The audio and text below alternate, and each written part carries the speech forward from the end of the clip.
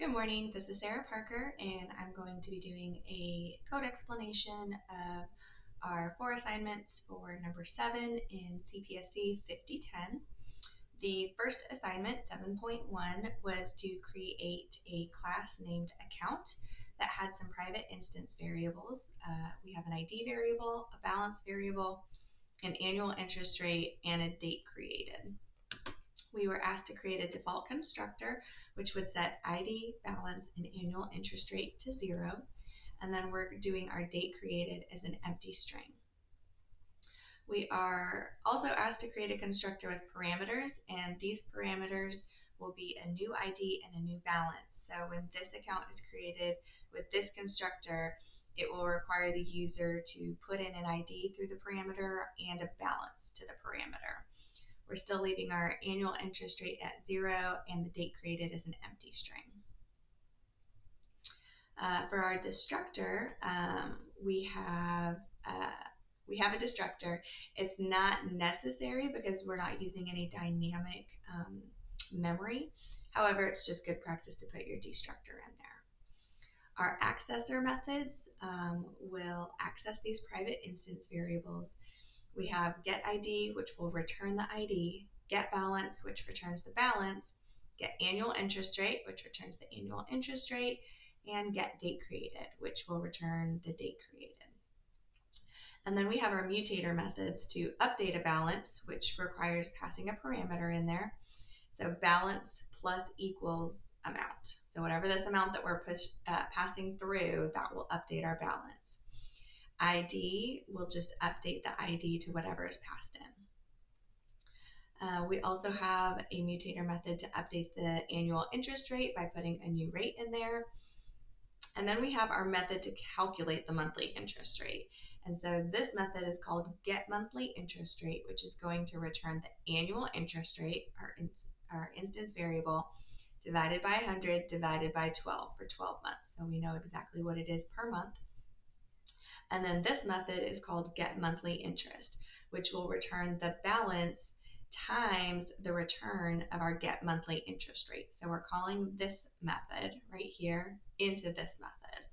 And that will tell us exactly how much money we are getting in interest each month. And then we have 2 additional methods. One is to withdraw money from the account, which will subtract this amount from our balance, and one to deposit money, so we will add money to our account, and that will update our balance accordingly. In our main method, we created a test program. So we created an account, this 1122 and 20,000. This is our ID, and this is the balance that we're using. Then we're going to go ahead and update our interest rate to 4.5. And then we're going to withdraw 2,500 and then deposit 3,000. And we should see our account ID printed appropriately with the date created, the balance, and the monthly interest. Now, for the sake of this, our date created is just going to be an empty string because we did not update that, nor do we actually have a method for that. But that is something that could be added into the program. So let's go ahead and run the program.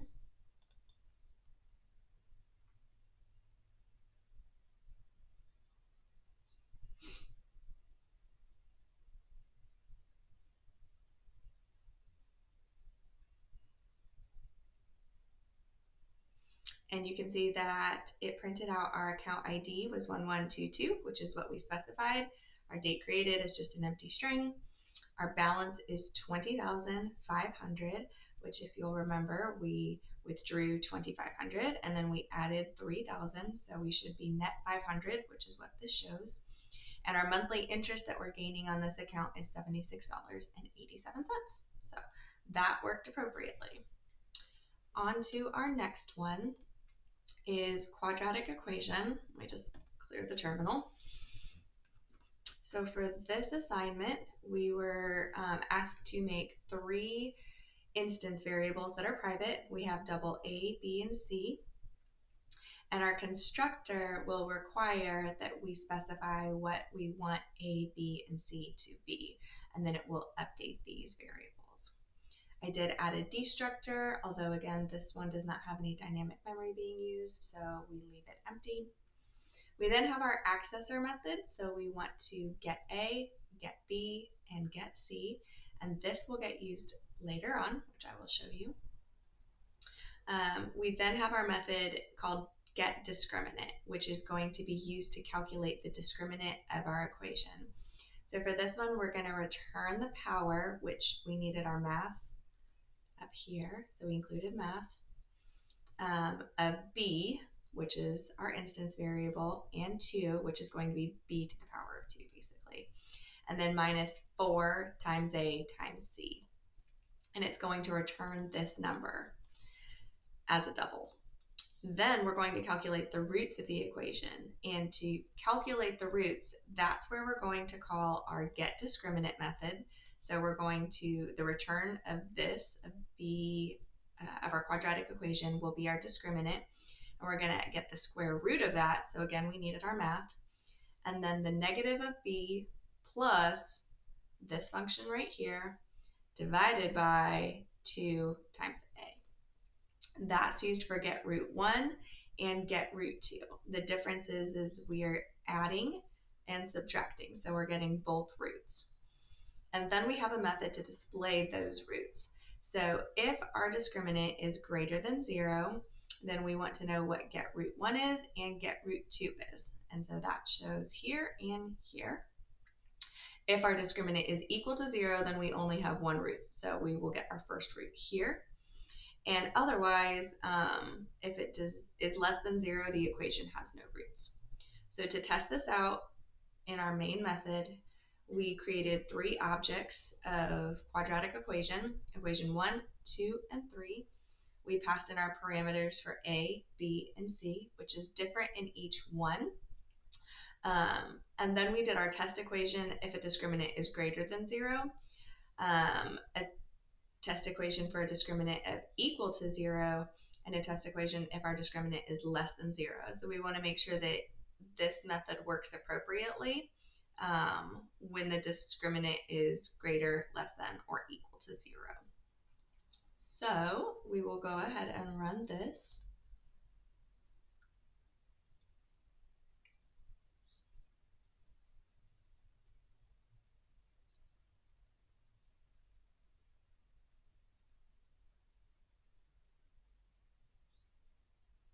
Okay, so equation 1 shows that we have 2 roots, which is what we expected because our discriminant was greater than 0. Our second equation only has 1 root, which is what we expected because our discriminant was less than 0. And equation 3 has no roots. Oh, I'm sorry, I said that wrong. Test equation was equal to 0 on the discriminant. Test equation number 3 has no roots because it was less than 0. So that did work as we expected it to. The next assignment, 7.3, was geometry intersection. So it's looking at 2 lines and seeing where the intersection of those lines are. So for this one, we had our private instance variables, x1, y1, x2, y2, x3, y3, and x4, y4. And that's looking at the x, y point of each line. So we needed 4 points for that. Our constructor, which I did not write, let's go ahead and just add that real quick, will require us to put in the x and y for each of those lines, and then it will update those variables appropriately. x1, y1, x2, y2, so on and so forth.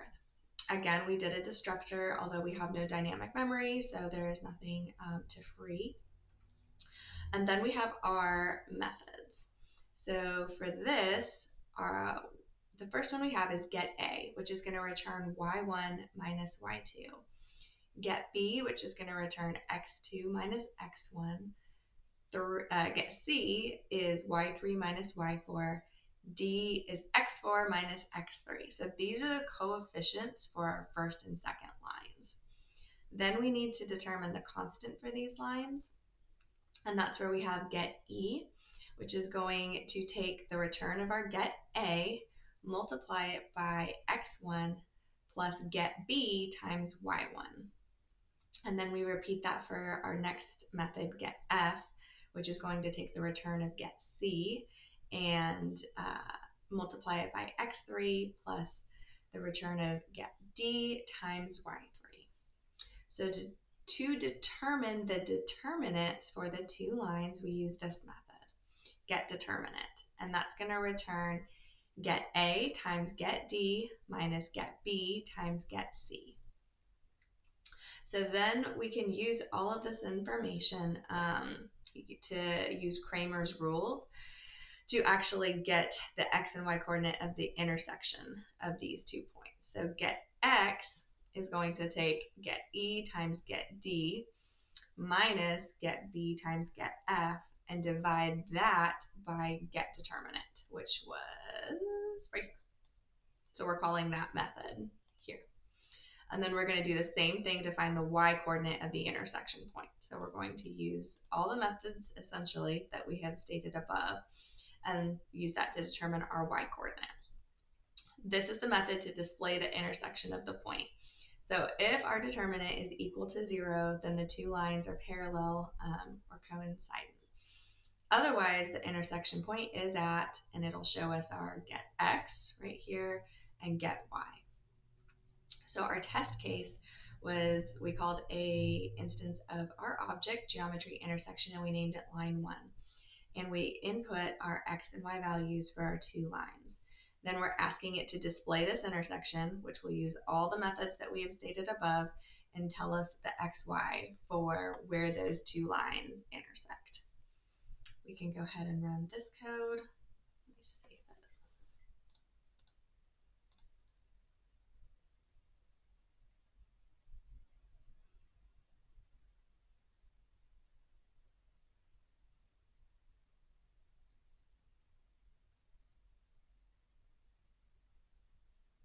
All right, took a little bit, but for that line, the intersection point is at 1, 1, which is what we expected. So that program does work. I'm not quite sure why this is running twice, but I think that's just more of a computer error on my side.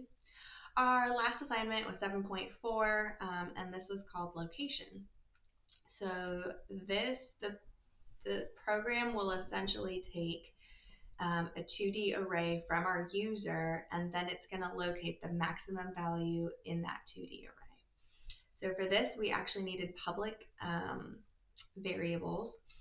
This will tell us the row, the column that the maximum value is in, and then it'll tell us what the maximum value is.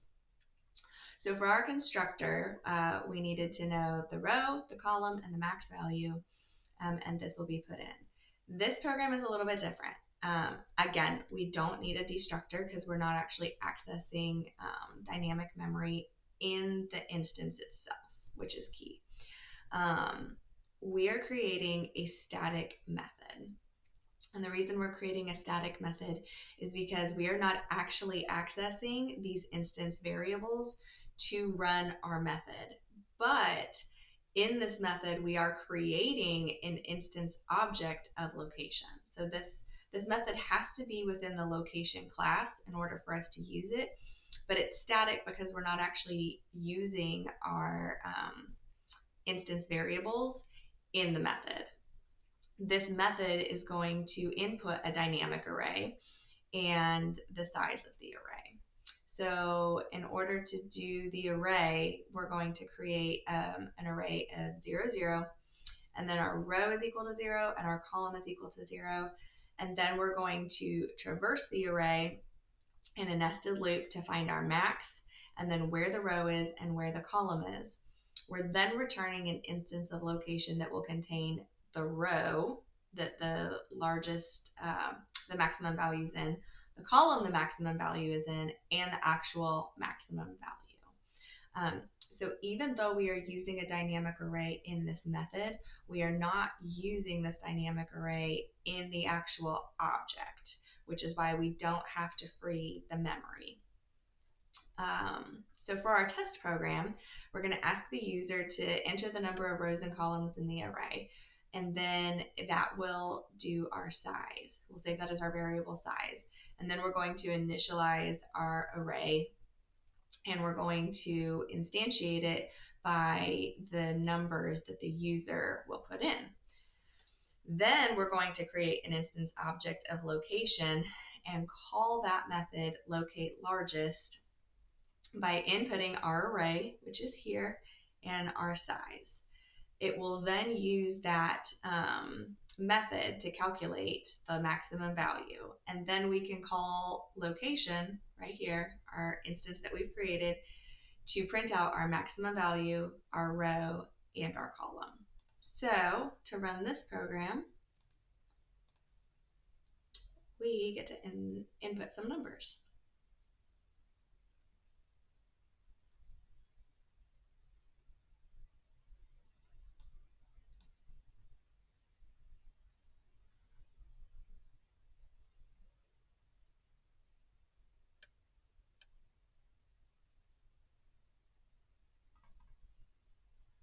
Okay, that took a little bit. So just for simplicity's sake, we're going to do a 3 by 3 array. And now we're going to enter the numbers of an array. And let's do 1. Go ahead and put that in. And it's correct. The location of our largest element is 47, and that's going to be at row 1, column number 2. So it worked as we expected it to. That is the explanation for the 4 programs that we did in CPSC 5010 assignment number 7. Thank you.